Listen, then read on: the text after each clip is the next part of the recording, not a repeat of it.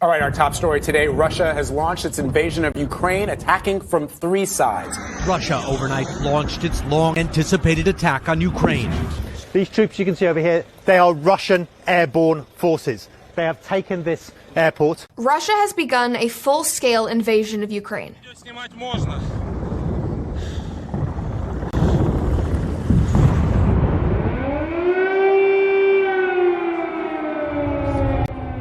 The initial wave of Russian attacks against Ukraine targeted military and government facilities, airfields, and installations along the Ukrainian border. The invasion has already caused enormous damage and several reported casualties. In a speech early in the morning of the invasion, Russian President Vladimir Putin warned the rest of the world. Whoever tries to hinder us, and even more so to create threats to our country, to our people, should know that Russia's response will be immediate, and it will lead you to such consequences that you have never encountered in your history. The Russian government claims to have destroyed 74 Ukrainian facilities, including 11 air bases, during the first night of its onslaught of the Eastern European nation of Ukraine.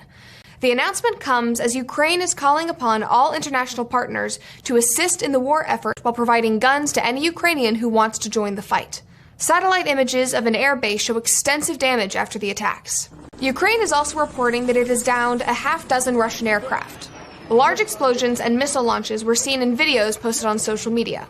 Ukraine said that Belarus, which is aligned with Putin, assisted Russia in attacking Ukraine.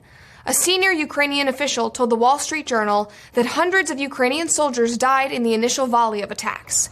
That number is likely to quickly rise as Russian ground forces have entered Ukraine and Russia has launched attacks against targets in multiple cities.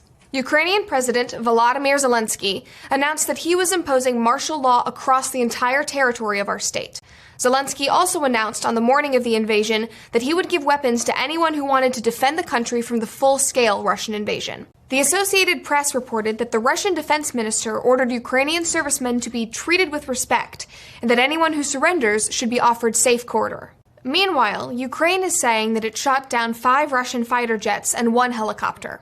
The Russian Defense Ministry said that they lost 1 attack jet due to pilot error, but so far has not commented on any other losses. Now, Russia is cracking down on their own citizens who join anti-war protests. There are many Russian citizens who oppose the attack on Ukraine, and Putin has made it very clear that he will not tolerate any dissent. Just before the invasion, the Russian Investigative Committee, which claims it investigates various corruption issues, has warned its citizens not to participate in any anti-war protests. On the day of the attack, Russia issued a statement warning that Russian individuals would suffer negative legal consequences, such as prosecution and criminal liability, if they joined or promoted riots and rallies. They went on to say, "It should be remembered that holding a criminal record holds negative consequences and leaves a mark on a person's future." Reports indicate that more than 1,500 people have been arrested at anti-war protests in Russia within 24 hours of the invasion into Ukraine. Countries and leaders around the world are reacting strongly to Russia's attack. A few days before the invasion, Biden said that there was no chance that U.S. troops would be deployed on the ground in Ukraine. In addition, U.S. troops who were already deployed to train the Ukrainian military had already been removed in advance of Russia's invasion. Biden's first reaction after Russia attacked was a tweet. It said, "Russia alone is responsible for the death and destruction this attack will bring, and the United States and its allies and partners will respond in a united and decisive way." The next day, in a speech, Biden said that Putin is an aggressor who chose this war. Putin is the aggressor. Putin chose this war. And now he and his country will bear the consequences. While Biden previously said that no troops will be deployed to Ukraine, he now says additional military personnel will be sent to defend NATO allies in Europe.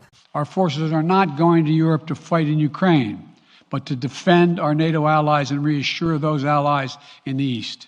Additionally, many world leaders jumped onto Twitter to condemn the Russian attack on Ukraine, including the UK, Germany, France, and Canada. The Biden administration announced potential plans to move additional U.S. troops already stationed in Europe closer to Ukraine as Russia continues its invasion. NATO Secretary General Stoltenberg said in a statement that NATO was given the U.S. authority to activate its NATO defense. Today, we activated NATO's defense stance that gives our military commanders more authority to move forces and to deploy forces when needed. And of course, this can also be elements of the NATO response force. He went on to say, "What we do is defensive, measured, and we don't seek confrontation. We want to prevent the conflict." In addition to providing support to NATO allies in Eastern Europe, the U.S. Army personnel in Poland are preparing to move near the border of Ukraine to assist refugees expected to flee the country, according to an Army spokesperson, which comes after Russia launched their full-scale invasion of Ukraine. Given Putin's strong statements and actions around the invasion, the situation is likely to escalate and change rapidly. Follow the Daily Wire for all the latest updates. I'm Brett Cooper. Thanks for watching.